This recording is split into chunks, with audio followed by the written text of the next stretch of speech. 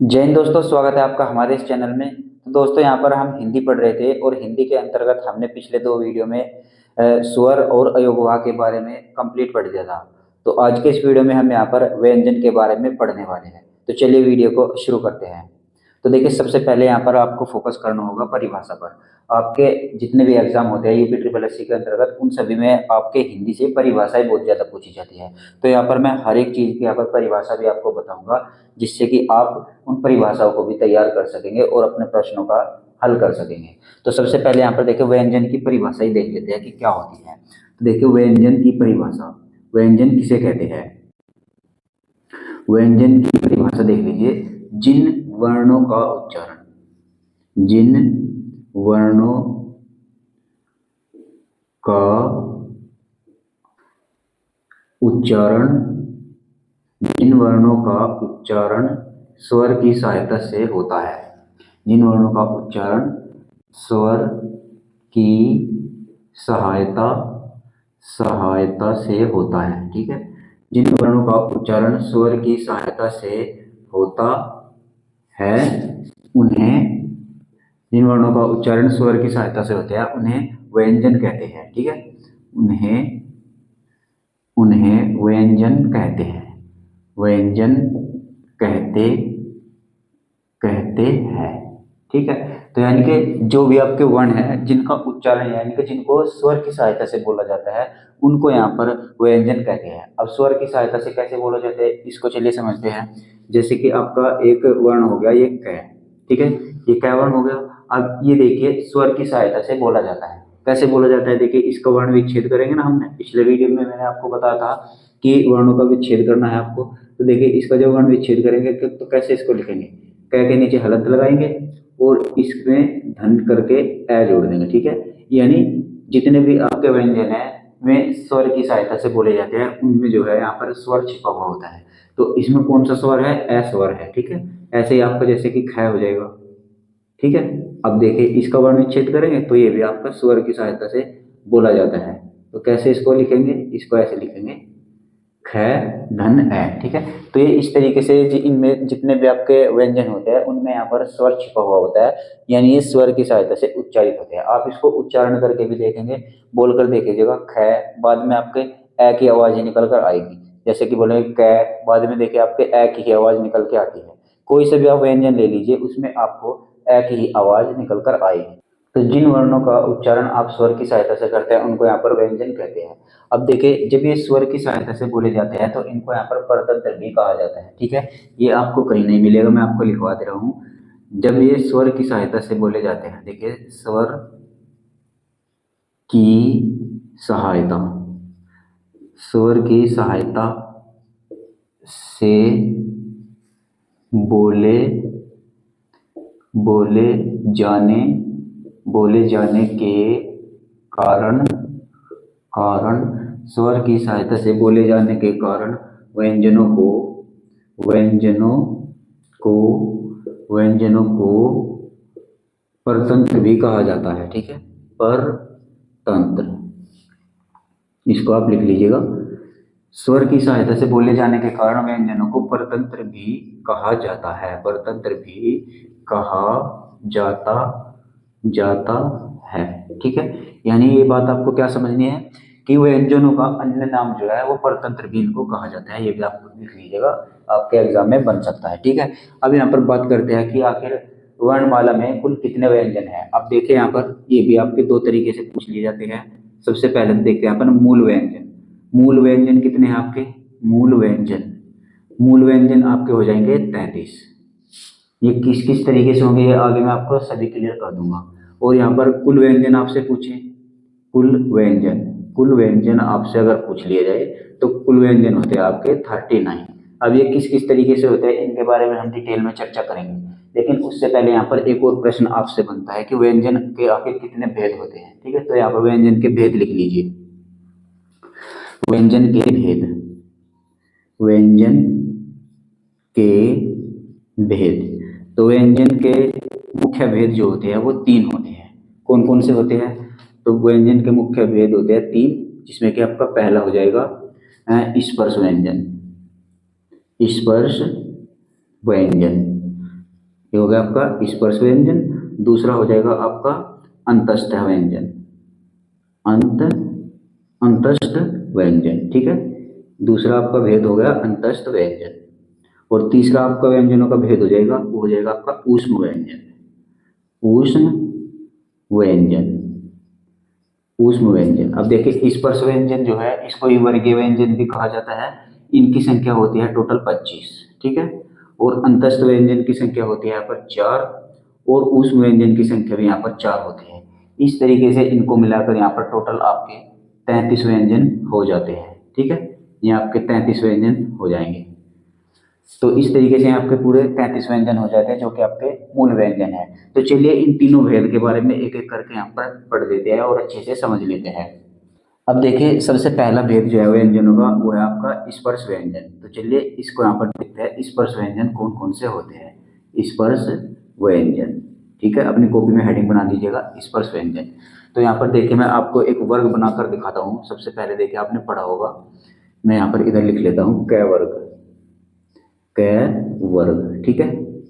ये हो जाएगा आपका क, ख, ग, घ, च, छ, ज, झ, ञ, ट, ठ, ड, ढ, ण, त, थ, द, ध, न, प, फ, ब, भ, न, ठीक है।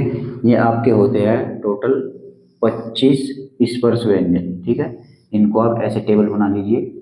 आप अपनी कॉपी में हेडिंग बनाएंगे तो यहाँ पर ऐसे लिख लीजिएगा। हालांकि मैं आपको इनके नोट्स भी दूंगा, आपको कोई नोट्स बनाने की जरूरत नहीं पड़ेगी। बहुत ही अच्छे तरीके से नोट्स यहाँ पर तैयार किए गए हैं। उन नोट्स को आप नीचे दिए गए टेलीग्राम लिंक से डाउनलोड कर सकते हैं और अपना अच्छे से उनका रिविजन कर सकते हैं, ठीक है।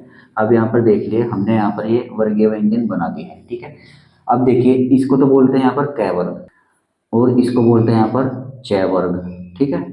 ये हो गया च वर्ग, ये हो गया आपका ट वर्ग, ट वर्ग, और ये हो गया आपका त वर्ग, त वर्ग, और ये हो गया आपका प वर्ग, प वर्ग, ठीक है। ये आपके वर्ग हो जाते हैं। ये इस तरीके से वर्ग में बांट दिए गए हैं, इसलिए इनको यहाँ पर वर्गीय व्यंजन भी कहा जाता है, ठीक है। आप ये समझ रहे होगे ना, ये क वर्ग है, ये च वर्ग है, ये ट वर्ग है, ये त वर्ग है, और ये प वर्ग है। इनको यहाँ पर व्यंजनों को वर्गों में बांटा गया है, इसलिए इनको यहाँ पर वर्गीय व्यंजन भी कहा जाता है। इन्हीं को यहाँ पर उदित व्यंजन भी कहा जाता है, ठीक है। तो मैं यहाँ पर लिख भी देता हूँ स्पर्श व्यंजन के अन्य नाम, जैसे कि वर्गीय व्यंजन भी इन्हें कहा जाता है, वर्गीय व्यंजन, वर्गीय व्यंजन, या फिर इनको ही उदित व्यंजन भी कहा दिया जाता है, ठीक है, उदित व्यंजन, ठीक है। तो ये सभी जो है इसी के नाम है, स्पर्श व्यंजन, वर्गीय व्यंजन और उदित व्यंजन। अब देखिए क वर्ग में यहाँ पर कितने हैं, 5, च वर्ग में भी 5 है, ट वर्ग में भी 5 है, ट में भी 5 है और प में भी 5 है। तो स्पर्श व्यंजनों की जो संख्या हो जाती है वो कुल कितनी हो जाती है, टोटल 25 हो जाती है, ठीक है। अब इन 25 में यहाँ पर ये जो च वर्ग है इसको यहाँ पर बोलते हैं स्पर्श संघर्षी। देखिए मैं इधर लिख देता हूँ, ये हो जाता है आपका स्पर्श संघर्षी। अगर आपसे एग्जाम में पूछ लिया जाए कि स्पर्श संघर्षी व्यंजन कौन कौन से होते हैं, तो आपको सीधा सीधा जवाब देना है ये, ठीक है। ये स्पर्श संघर्षी व्यंजन है कौन कौन से, च, छ, ज, झ, ञ। अब इनको स्पर्श संघर्षी क्यों कहा जाता है, क्योंकि बाकी जो वर्गीय व्यंजन है उनकी तुलना में इनमें थोड़ी घर्षण के साथ मुख से हवा निकलता है, इनको थोड़ा सा संघर्ष के साथ यहाँ पर बोला जाता है, इसलिए इनको स्पर्श संघर्षी कहा जाता है, ठीक है। तो ये बात आपको ध्यान रखनी है, ठीक है। तो स्पर्श व्यंजन, वर्गीय व्यंजन या उदित व्यंजनों की संख्या 25 हो गई, जिनमें आपके ये 4 व्यंजन जो है ये आपके क्या होते हैं, ये स्पर्श संघर्षी व्यंजन कहलाते हैं।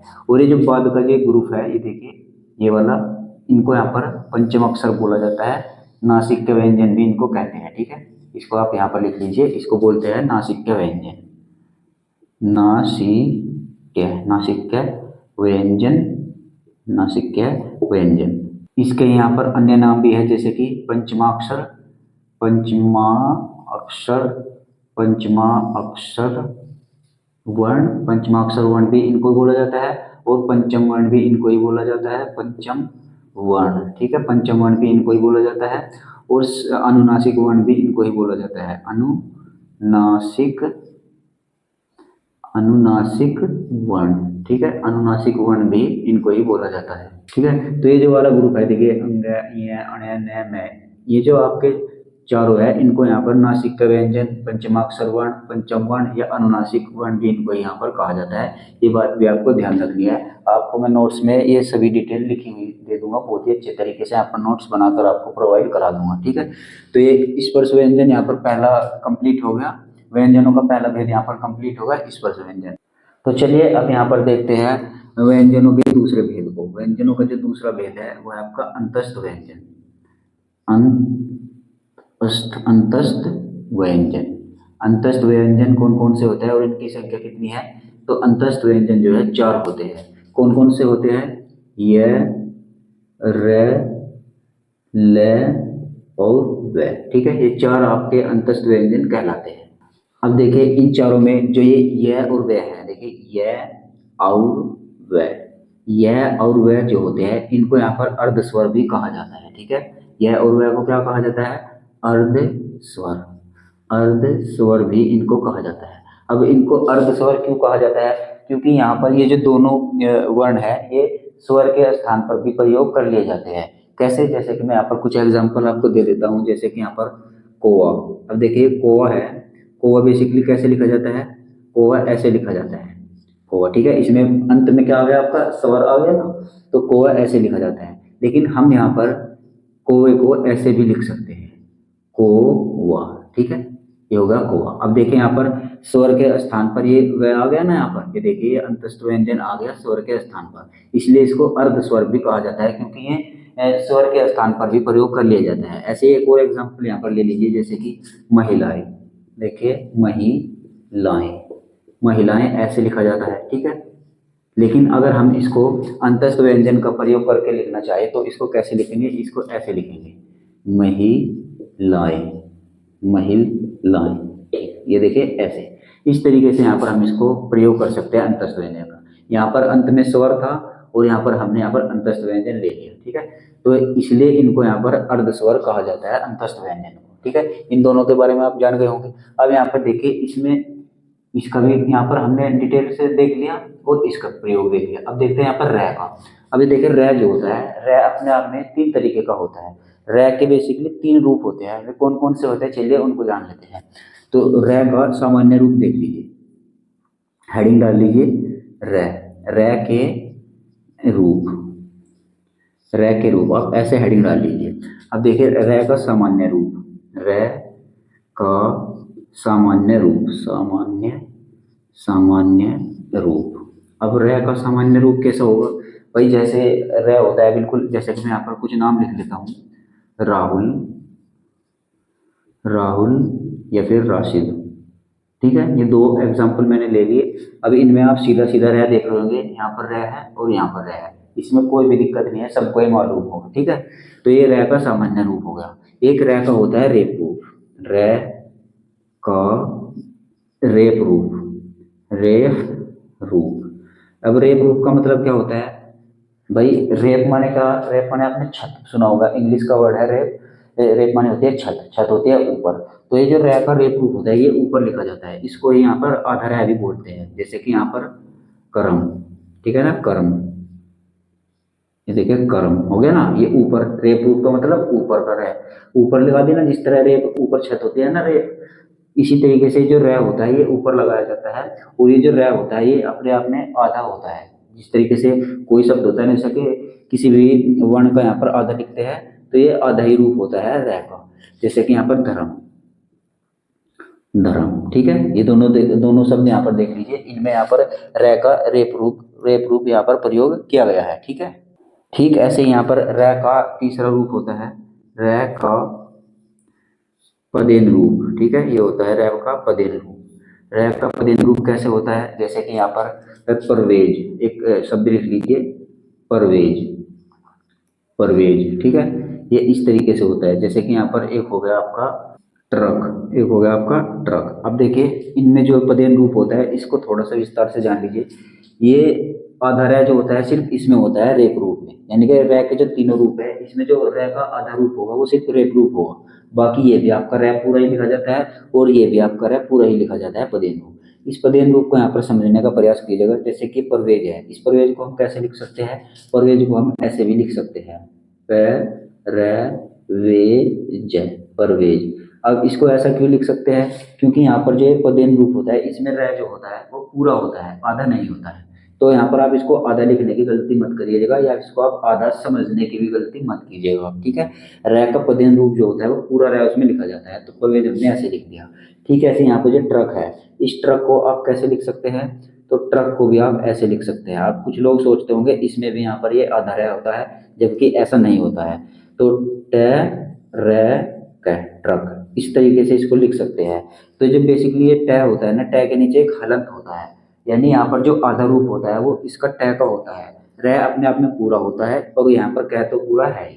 तो इस तरीके से इसको यहाँ पर लिखा जाता है। लेकिन कुछ लोग जो है इसको यहाँ पर ऐसे सोच लेते हैं कि ये भी एक रे का रूप होता है। ये ऐसा कोई भी रे का रूप नहीं होता है। इसमें बेसिकली यहाँ पर ये हलंत लगा हुआ होता है और इस इधर यहाँ पर रे लगा देते हैं, इसलिए इसकी आकृति हमको ऐसे दिखाई देती है। तो यहाँ पर ये रे का कोई भी रूप नहीं होता है। इसमें सिर्फ जो होता है ये ट आधा होता है और आधा व्यंजन लिखने के लिए, यहाँ पर आधा वर्ण लिखने के लिए नीचे हलंत का प्रयोग किया जाता है। इतना आप सभी को मालूम होगा। तो ये रे के तीनों रूप हैं, ये भी आप अपनी कॉपी में नोट कर लीजिएगा।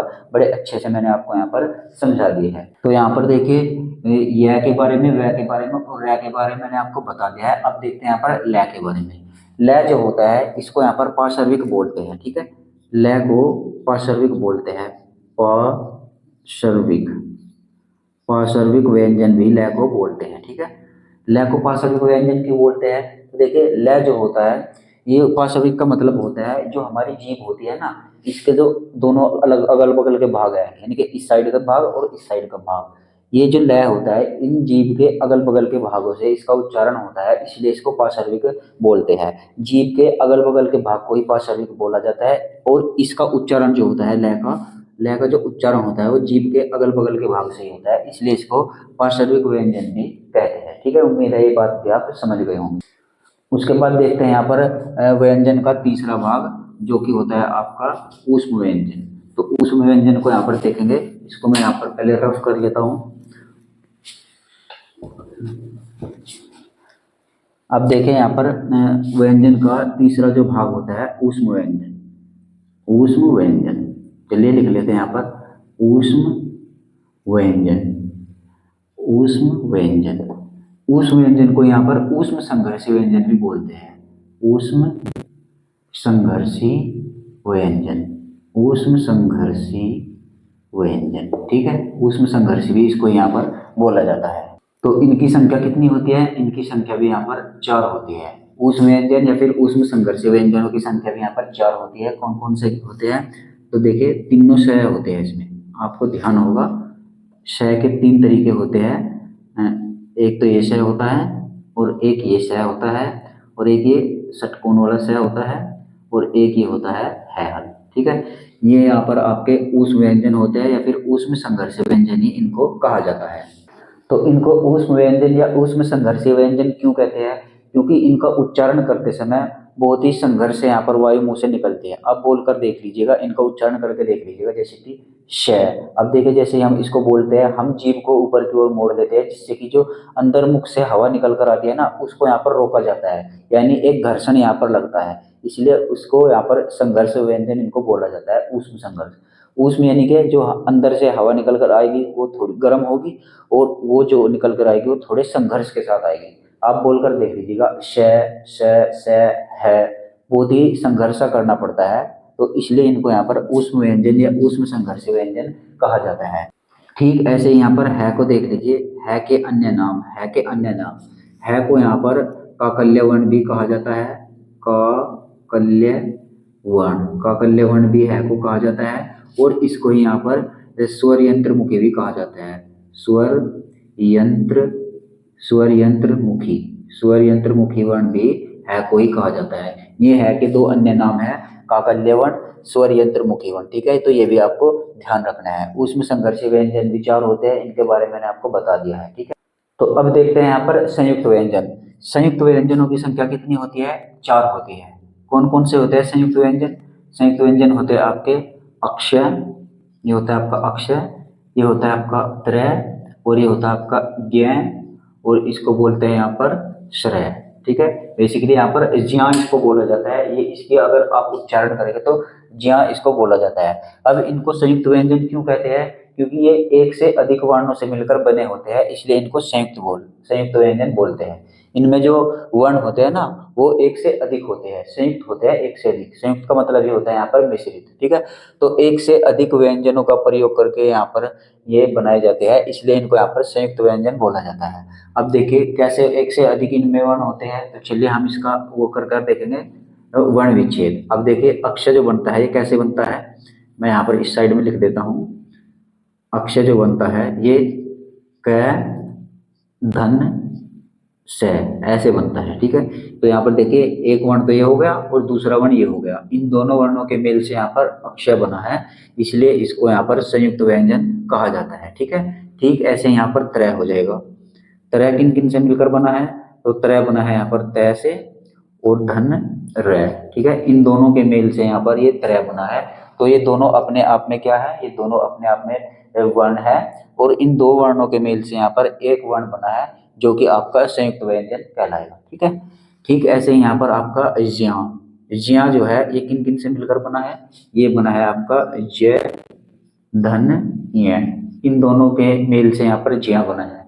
ठीक ऐसे यहाँ पर ये श्रय है, ये श्रय किन किन से मिलकर बना है? श्रय बना है आपका श धन र। ठीक है, इन दोनों से वर्णों से मिलकर ये बना है एक संयुक्त व्यंजन। ठीक है, अब यहाँ पर मैं आपसे अगर एक प्रश्न पूछूं जो कि आपके एग्जाम में पूछा जाता है कि संयुक्त व्यंजनों की संख्या कितनी होती है? 4 होती है। ठीक है, लेकिन अगर आपसे प्रश्न पूछूं, आप इसका जो जवाब देना मुझको कमेंट बॉक्स में देना कि संयुक्त, प्रश्न देख लीजिए आज का प्रश्न है संयुक्त वर्ण कितने होते हैं? ठीक है, संयुक्त वर्ण कितने होते हैं? ठीक है, संयुक्त वर्ण कितने होते हैं, इसका उत्तर आप नीचे कमेंट बॉक्स में देना। देखते हैं आपको कितनी नॉलेज इस चैप्टर के बारे में अब तक हो चुकी है। तो संयुक्त वर्ण कितने होते हैं, आप इसका जवाब मुझको कमेंट बॉक्स में देना। तो यहाँ पर संयुक्त व्यंजन के बारे में हमने पढ़ लिया है। अब यहाँ पर एक विशेष होता है यहाँ पर द्विगुण व्यंजन, जिसको उच्छिष्ट व्यंजन भी बोला जाता है। तो चलिए उसके बारे में भी यहाँ पर पढ़ लेते हैं। तो चलिए अब देखते हैं यहाँ पर उच्छिष्ट व्यंजन के बारे में। देखिए उच्छिष्ट व्यंजन, इनके अन्य कई नाम है, ये सभी आपको ध्यान रखने हैं। उच्छिष्ट व्यंजन भी इनको बोला जाता है, इनको द्विगुण व्यंजन भी बोला जाता है, इनको ताड़नजात व्यंजन भी बोला जाता है, और इनको उश्रित व्यंजन भी बोला जाता है। साथ ही साथ इनको संकर वर्ण भी बोला जाता है, और विकसित वर्ण भी इनको ही बोला जाता है। ठीक है, तो ये 5 नाम यहाँ पर उच्छिष्ट व्यंजन के हो जाते हैं। आपको एग्जाम में कोई सभी नाम लिख कर दे देगा, तो आपको इन नामों को भी यहाँ पर ध्यान रखना है और अपनी कॉपी में नोट करना है। तो उच्छिष्ट व्यंजन, द्विगुण व्यंजन, ताड़नजात व्यंजन, उश्रित व्यंजन, साथ में संकर वर्ण, विकसित वर्ण, ये सभी यहाँ पर इनको कहा जाता है। किनको कहा जाता है? इन दोनों को यहाँ पर कहा जाता है। ठीक है, यानी उच्छिष्ट व्यंजनों की संख्या कितनी है? यहाँ पर 2 संख्या है इनकी, ये आप देख लीजिए। आपकी वर्णमाला में ऐसे ही 2 यहाँ पर मिल जाएंगे, वे ड और ढ होते हैं, लेकिन ये आपके उच्छिष्ट अड़ और उच्छिष्ट अढ़ होते हैं। इनको इस तरीके से उच्चारित किया जाता है। इनके पहचान क्या है? इनकी पहचान ये है कि इनके नीचे ये नुक्ता लगा हुआ होता है, ये बिंदी इनके नीचे लगी हुई होती है। ठीक है, तो अगर बिंदी वाले आपको ड और ढ कहीं पर लिखे हुए मिल जाए तो आप समझ लेना कि ये उच्छिष्ट व्यंजन है। ठीक है, यानी कि उच्छिष्ट ढ और उच्छिष्ट ढ है। इनका प्रयोग कहाँ कहाँ होता है और इनका प्रयोग कहाँ कहाँ नहीं होता है, इसके बारे में भी हम अभी जानेंगे। लेकिन उससे पहले यहाँ पर इसकी यहाँ पर परिभाषा देख लीजिए, क्योंकि देखिए आपके यूपी ट्रिपल एससी के अंतर्गत जितने भी एग्जाम होते हैं ना, उनमें हिंदी काफ़ी अच्छे लेवल की पूछी जाती है, और जितने भी मैंने एनालिसिस किया है उनमें बहुत से एग्जाम में बहुत से प्रश्न ऐसे बने हैं जो आपकी परिभाषा से ही बने हैं। तो हर एक टॉपिक की यहाँ पर आपको परिभाषा पता होनी चाहिए, इसलिए मैं यहाँ पर जिन जिन की यहाँ पर परिभाषाएं बनते हैं वो मैं यहाँ पर आपको लिखवा रहा हूँ। जैसे कि यहाँ पर उच्छिष्ट व्यंजन की परिभाषा देख लीजिए। जिन वर्णों के उच्चारण के समय जीवा पहले ऊपर उठकर मूर्धा को टच करती है, फिर तुरंत एकदम नीचे आती है, यानी यहाँ पर देख लीजिए जब हम इनको बोलने का प्रयास करेंगे ना, तो हमारी जो जीवा है वो ऊपर मूर्धा, मूर्धा किसको बोलते हैं? हमारे मुंह की जो छत होती है, ये वाली छत इसको टच करती है और फिर एकदम तुरंत नीचे गिरती है, और तुरंत नीचे गिरकर जो है बहुत तेजी से वायु मुंह से बाहर निकलेगी, और मुंह से बाहर निकलते ही जो आपका उच्चारण होगा वो इनका अढ़ै का और अढ़ै का होगा, उच्चित अढ़ै और अढ़ै का। तो यहाँ पर इसकी परिभाषा देख लीजिए, मैं नोट्स आपको दूंगा उसमें भी परिभाषा मैंने मेंशन की हुई है। जिन वर्णों के उच्चारण के समय जीवा पहले ऊपर उठकर मूर्धा को स्पर्श करती है, फिर तेजी से नीचे गिरती है, फिर तेजी से नीचे गिरती है तथा वायु तेजी से बाहर निकलती है, उन्हें उच्छिक्त व्यंजन कहते हैं। आप बोलकर देख लीजिएगा, जैसे कि अढ़ै, अढ़ै, मूर्धा पहले मूर्धा पर लगेगी जीभ जाकर, फिर एकदम नीचे गिरेगी और फिर बहुत ही तेजी से आवाज को वायु को निकालना पड़ेगा, तब जाकर ये आपके इनका उच्चारण होगा। तो ये परिभाषा भी आप नोट करके रख लीजिएगा। अब देखिए उच्चिष्ट व्यंजन यानी कि द्विगुण व्यंजन, इनको द्विगुण व्यंजन नाम क्यों मिला, यहाँ पर ये भी देख लीजिए। द्विगुण व्यंजन इनको नाम इसलिए मिला क्योंकि ये दो भाषाओं के गुण रखते हैं। कौन कौन सी भाषाओं के रखते हैं, हिंदी के और फारसी भाषा के ये गुण रखते हैं, इसलिए इनको यहाँ पर द्विगुण व्यंजन कहते हैं। हिंदी का गुण क्या है इनमें, हिंदी का गुण है देखिए, ये नीचे से नुक्ता हटा दीजिए, ये आपका हिंदी का गुण हो गया जो कि आपकी हिंदी वर्णमाला में भी लिखे हुए हैं डै और ढै। लेकिन अगर इनके नीचे नुक्ता लगा देते हैं तो ये बन जाते हैं उच्चित। तो ये हो जाती है आपकी फारसी भाषा की पहचान, क्योंकि फारसी भाषा में जो है नुक्तों का प्रयोग बहुत ज्यादा होता है। ठीक है, तो यहाँ पर देख लीजिए नुक्ता नहीं होगा, बेसिकली ये नीचे इसके एक बिंदी होगी, इसको ध्यान रख लीजिए। तो इसलिए यहाँ पर इनको द्विगुण व्यंजन कहते हैं, क्योंकि ये दो भाषाओं के गुण रखते हैं, हिंदी और फारसी के। ठीक है, तो चलिए अब यहाँ पर जानते हैं कि उच्चिष्ट व्यंजनों का निर्माण कहाँ कहाँ पर नहीं होगा। ठीक है, ये भी जान लेते हैं, बाकी सब जगह होगा, लेकिन 5 तरीके मैं आपको ऐसे बताऊंगा जहां पर इन उच्चिष्ट व्यंजनों का प्रयोग नहीं किया जाएगा। तो नोट करके यहाँ पर आप लिख लीजिएगा उच्छिष्ट व्यंजनों का प्रयोग कहाँ नहीं होगा। जैसे कि उच्छिष्ट उच्छिष्ट व्यंजनों का प्रयोग, उच्छिष्ट व्यंजनों का प्रयोग, उच्छिष्ट व्यंजनों का प्रयोग कहाँ नहीं होगा, कहाँ नहीं, कहाँ नहीं होगा। ठीक है, आप ऐसे हेडिंग बना लीजिए और नंबर 1 पर यहाँ पर लिख लीजिए उच्छिष्ट व्यंजनों का प्रयोग कहाँ नहीं होगा। नंबर 1, अंग्रेजी वर्डों में, यानी कि जो अंग्रेजी के शब्द होते हैं, यहाँ पर लिख देता हूं मैं, अंग्रेजी शब्दों में, अंग्रेजी शब्दों, अंग्रेजी शब्दों में प्रयोग नहीं होगा। ठीक है, अंग्रेजी शब्दों में प्रयोग नहीं होगा उच्छिष्ट व्यंजनों का। ठीक है, नहीं होगा। ठीक है, उच्छिष्ट व्यंजन कौन कौन से है, दो लिखवाए ना मैंने भी आपको, अढ़ै और अढ़ै नीचे बिंदी वाले, उनका प्रयोग अंग्रेजी शब्दों में नहीं होगा। जैसे कि यहाँ पर रोड, रोड जो है ये अंग्रेजी का शब्द है, वही ऐसे ही तो बनता है रोड, ROAD, रोड, रोड माने क्या होती है, सड़क। तो ये अंग्रेजी का शब्द हो गया नहीं हो गया। अब इसमें यहाँ पर आप उच्छिष्ट व्यंजन का प्रयोग नहीं कर सकते। उच्छिष्ट कैसे होगा, अगर आप इसके नीचे ऐसे बिंदी लगा देंगे, इसको उच्छिष्ट बना देंगे, तो ये शब्द आपका गलत हो जाएगा। तो अंग्रेजी शब्दों में आपको नीचे ये बिंदी नहीं लगानी है, मतलब यहाँ पर आपको उच्छिष्ट व्यंजन का प्रयोग नहीं करना है। यहाँ पर एक उदाहरण लिख लीजिए, जैसे कि बोर्ड, बोर्ड भी आपका इंग्लिश का ही वर्ड हो गया। अब देखिए इसके नीचे आप बिंदी नहीं लगा सकते, यानी उच्छिष्ट का प्रयोग आप अंग्रेजी वर्डों में नहीं कर सकते। ठीक है, ठीक है। ऐसे यहाँ पर दूसरा लिख लीजिए, किसी भी शब्द की शुरुआत में, किसी शब्द की, किसी शब्द की शुरुआत में, किसी शब्द की शुरुआत आप उच्छिष्ट व्यंजन से नहीं कर सकते। यानी अगर आप कोई भी शब्द लिख रहे हैं तो उसके शुरू में आप उच्छिष्ट व्यंजन नहीं लिख सकते। जैसे कि यहाँ पर एक शब्द लिख लेता हूं मैं, जैसे कि ढपली, वही ढपली ऐसे बनती है ना, ढपली। तो शुरू में यहाँ पर देखिए उच्छिष्ट का प्रयोग करना चाहिए या नहीं करना चाहिए आप बताइए। अगर मैं इसको नीचे यहाँ पर ऐसे लगा दूंगा तो यहाँ पर गलत हो जाएगा। ठीक है, क्योंकि यहाँ पर किसी भी शब्द की शुरुआत आप उच्छिष्ट व्यंजनों से नहीं कर सकते, यानी कि उच्छिष्ट ड और उच्छिष्ट ढ से नहीं कर सकते। तो इसके नीचे बिंदी लगाना अपने आप में एक पाप हो जाएगा, तो हमको ये पाप नहीं करना है। हमको यहाँ पर ढपली को ऐसे लिखना है। ऐसे ही आप ढक्कन लिख लीजिए, जैसे कि ढक्कन, ढ ढ क न। ठीक है, ये भी लिखा, इसके नीचे आप ऐसे मत लगा दीजिएगा। ठीक है, तो ये आपको ध्यान रखना है, किसी भी शब्द की अगर शुरुआत करनी है और उसमें ड और ढ आ जाता है तो उसमें आपको उच्छिष्ट नहीं लिखना है। ठीक है, ये 2 पॉइंट आपके क्लियर हुए होंगे। उसके बाद यहाँ पर तीसरा लिख लीजिए, तीसरा क्या है आपका, द्वित्व में, द्वित्व द्वित्व व्यंजन में नहीं, द्वित्व शब्द में नहीं, में भी नहीं, भी नहीं हम प्रयोग कर सकते हैं हम उच्छिक्त का। अब द्वित्व जैसे कि आपका कैसे हो जाएगा, जैसे कि टिड्डी, टी अध डे और पूरा डे डी, टिड्डी, टिड्डी ऐसे बनेगा।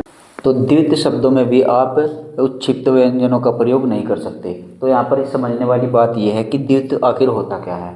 तो किसी शब्द में एक ही वर्ण का दो बार आना यहाँ पर द्वित्व हो जाता है। जैसे कि यहाँ पर देखिए हम लिखते हैं एक शब्द यहाँ पर दिल्ली, ये हो गया दिल्ली।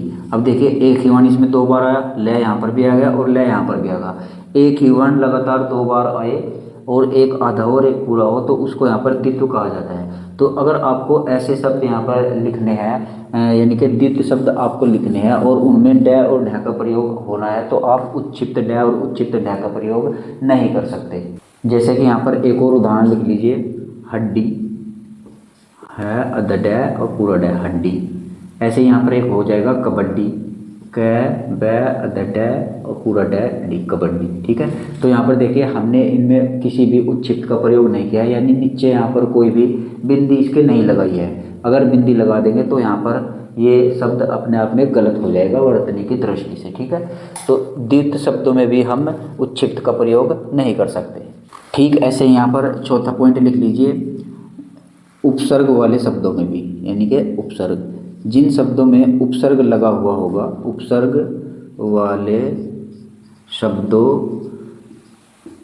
वाले शब्दों में प्रयोग नहीं होगा, प्रयोग नहीं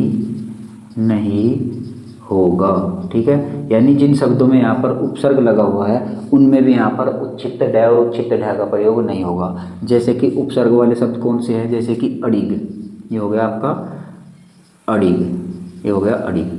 अब देखिए इसमें अगर मैं इसके नीचे बिंदी लगा दूँ तो यहाँ पर ये गलत हो जाएगा, क्योंकि यहाँ पर इसमें उपसर्ग जुड़ा हुआ है। इसमें क्या उपसर्ग जुड़ा है, ए उपसर्ग जुड़ा हुआ है। और जिन शब्दों में यहाँ पर उपसर्ग जुड़ा हुआ होता है उनमें यहाँ पर उच्छिप्त डे और उच्छिप्त ढ का प्रयोग नहीं किया जाता। तो इसके नीचे भी बिंदी लगाना अपने आप में गलत हो जाएगा, इसलिए अड़िग जो है आपका ऐसे लिखा जाएगा।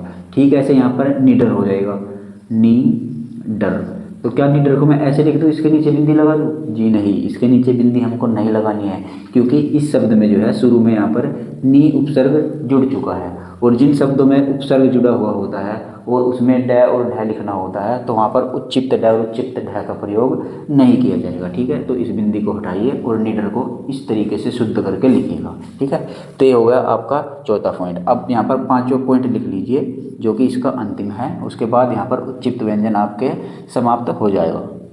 तो यहाँ पर लिख लीजिए ड और ठ, ड और ठ के पहले, ड और ठ के पहले या तुरंत बाद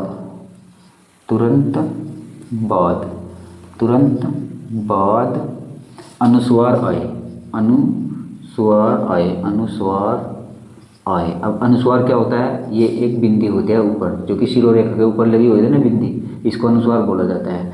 तो ड और ठ के पहले, ड और ठ के तुरंत पहले और तुरंत बाद अगर अनुस्वार आए तो वहाँ पर भी, तो वहाँ पर भी उच्छिप्त व्यंजन का प्रयोग नहीं करेंगे, उच्छिप्त व्यंजन का प्रयोग नहीं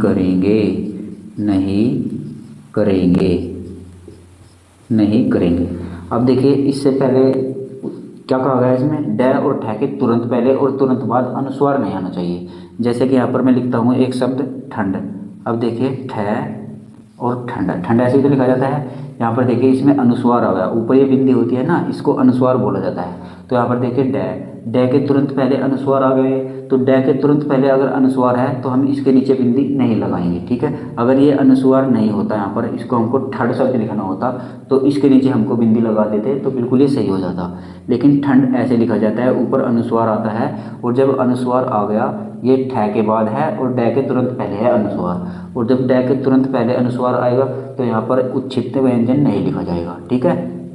ठीक ऐसे ही एक शब्द और लिख लीजिए, जैसे कि यहाँ पर आडंबर, आडंबर, आडंबर ऐसे लिखा जाता है। अब देखिए यहाँ पर तो अनुस्वार डे के तुरंत पहले आया था और यहाँ पर ये अनुस्वार यानी कि ये बिंदी जो है यहाँ पर डे के तुरंत बाद आई है, ठीक है। तो दोनों कंडीशन यहाँ पर मैंने आपको फिल करके दिखा दी कि अगर डे और ठे के तुरंत पहले और तुरंत बाद यहाँ पर आपका अनुस्वार आ जाए तो इसके नीचे हम बिंदी नहीं लगाएंगे, यानी उच्छिष्ट डे का प्रयोग नहीं करेंगे या फिर उच्छिष्ट अढ़ का भी प्रयोग नहीं करेंगे, तो इसके नीचे बिंदी नहीं लगाएंगे। तो ये दोनों शब्द यहाँ पर आपके इस तरीके से लिखे जाएंगे।